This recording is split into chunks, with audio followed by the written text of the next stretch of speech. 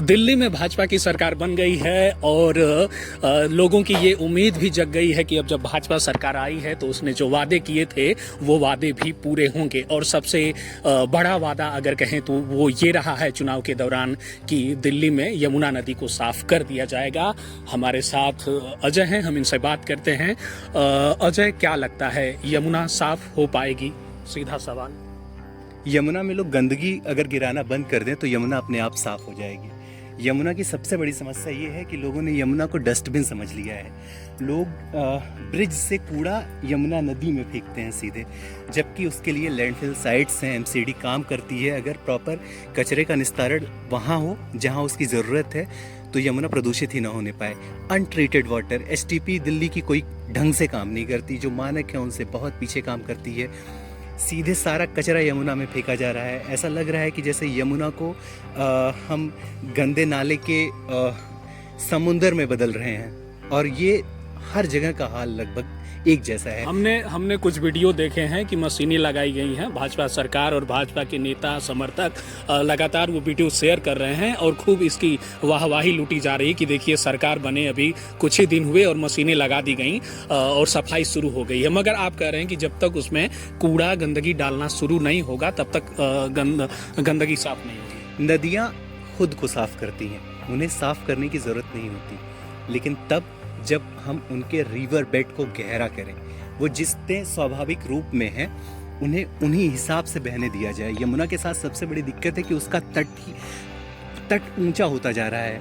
जो गहराई होनी चाहिए वो यमुना छिछली होती जा रही है। तो यमुना का पानी रुका हुआ है क्या? बहता नहीं है? नहीं बहता है। बहुत क्या सारे बात कर रहे हैं? होता क्या है कि जैसे वजीराबाद से जब पानी चलता है तो वो पानी एक फ्लो में दिल्ली तक आता है। दिल्ली में ओखला बैराज के उस पार उस पानी को रोक दिया गया है।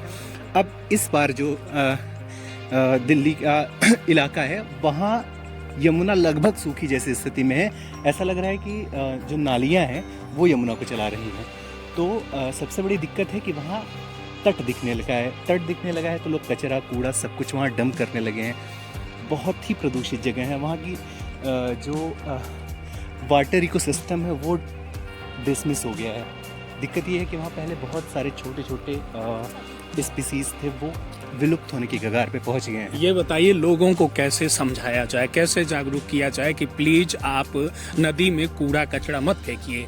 क्या इसकी सबसे बड़ी वजह यहाँ भी सरकार की नाकामी नहीं है? क्योंकि हमने अभी भी देखा है कि हर एक मोहल्ले में कूड़ा गाड़ी नहीं जाती है। लोग अपने घर का कचरा कहाँ फेंकेंगे? लोगों में सिविक सेंस नहीं है कि कचरे को कहाँ फेंका जाए। लोगों को जो नजर आता है नदियाँ, नहीं, लोग समझते हैं, लोग मजबूर हैं कहीं ना कहीं। सरकार नहीं है। हर एक स्पॉट पे दिल्ली में जहाँ तक मैं देख रहा हूँ हर कोने में डस्टबिन रखा हुआ है। ये अरविंद केजरीवाल के भी रिजीम में था।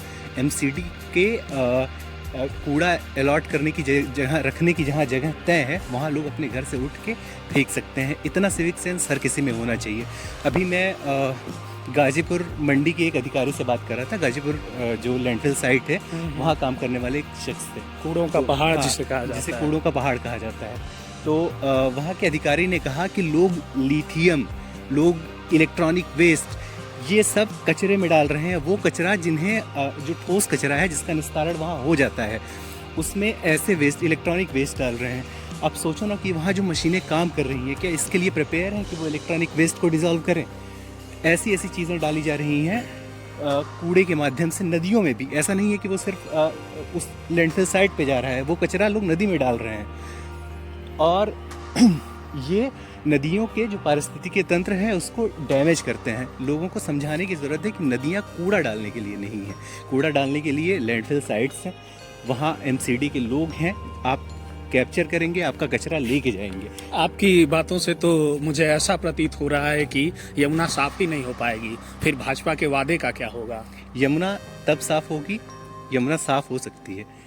हर जो वाटर ट्रीटमेंट प्लांट हैं उनको बेहतर तरीके से रेगुलेट किया जाए, नए वाटर ट्रीटमेंट प्लांट इस्टेब्लिश किए जाएं। जो भी ओपन ब्रिज है यमुना से गुजरते हुए उन सब को ब्लॉक किया जाए कि वहाँ कोई डायरेक्ट सड़क से कचरा ना डाल सके, वहाँ डंप ना कर सके उसे। और जहाँ कचरा ज़्यादा है, जैसे ओखला के इस पार ठीक है। जो ब्रिज है वहाँ बहुत गंदगी है यमुना में, उसको थोड़ा डीप करने की ज़रूरत है। जो रिवर बेड होता है उसको क्लीन करने की ज़रूरत है। वहाँ पीओपी, पत्थर, ईंट सब कुछ फेंका गया है, उसको डीप करो। नदियाँ जब गहरी होती हैं तो वो पानी के लिए स्टोरेज बॉडी का काम करती हैं। अच्छा, ये बताइए, भाजपा सरकार का जो वादा रहा है, अभी भी उनके नेता प्रवक्ता लगातार कह रहे हैं कि हम यमुना को साफ कर देंगे, वहाँ पे इतनी सफाई हो जाएगी कि रिवर फ्रंट बन के तैयार हो जाएगा, लोग वहाँ घूमने और पिकनिक मनाने जा सकते हैं। क्या आपको लगता है कि ऐसा 2-3 साल में संभव है? अगर सरकारें चाह ले तो यमुना बिल्कुल साफ हो सकती हैं। नदियाँ तो खुद को साफ करती रहती हैं, बस उनके लिए रास्ता तैयार कर दें। फिल्टर जितने हैं उनको दुरुस्त रखें, कचरों को मैनेज करें, नदियों को साफ रखें, तटों पर कचरा ना फैलने दें, तो बिल्कुल नदियाँ बहेंगी तो साफ ही रहेंगी।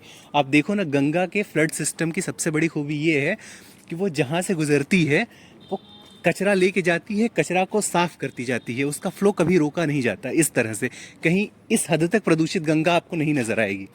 यमुना के साथ सीन है, यमुना का जितना कूड़ा कचरा है सब कुछ दिल्ली में है। दिल्ली के बाद यमुना साफ रहती है, तो दिल्ली में ही यमुना को दुरुस्त करने की ज़रूरत है। मेन सिटी है जो, जैसे दिल्ली बहुत मतलब करोड़ों की आबादी है दिल्ली में, यहाँ करोड़ों का कचरा होता है। अभी मैं बात कर रहा था गाजीपुर लैंडफिल साइट की, करीब 1800 टन कम से कम कचरा वहाँ रोज़ पहुँचता है। तो आप अंदाज़ा लगा सकते हो कि इतनी बड़ी आबादी है, कचरे के उत्पादन और ज़्यादा होता होगा। कुछ यमुना में आ रहा है, कुछ कहीं फेंका जा रहा है। अगर हम गंदगी को मैनेज कर लें तो यमुना साफ़ हो जाएगी। तो क्रॉनिकल न्यूज की ये जो चर्चा थी कि क्या यमुना साफ हो जाएगी, इसमें आज इस चर्चा को यहीं रोकते हैं। अगले पॉडकास्ट में हम आपसे फिर मिलेंगे। आप हमारे साथ जुड़े रहिए, चैनल को सब्सक्राइब कीजिए, वीडियो अच्छा लगा हो तो शेयर करना ना भूलें। नमस्कार।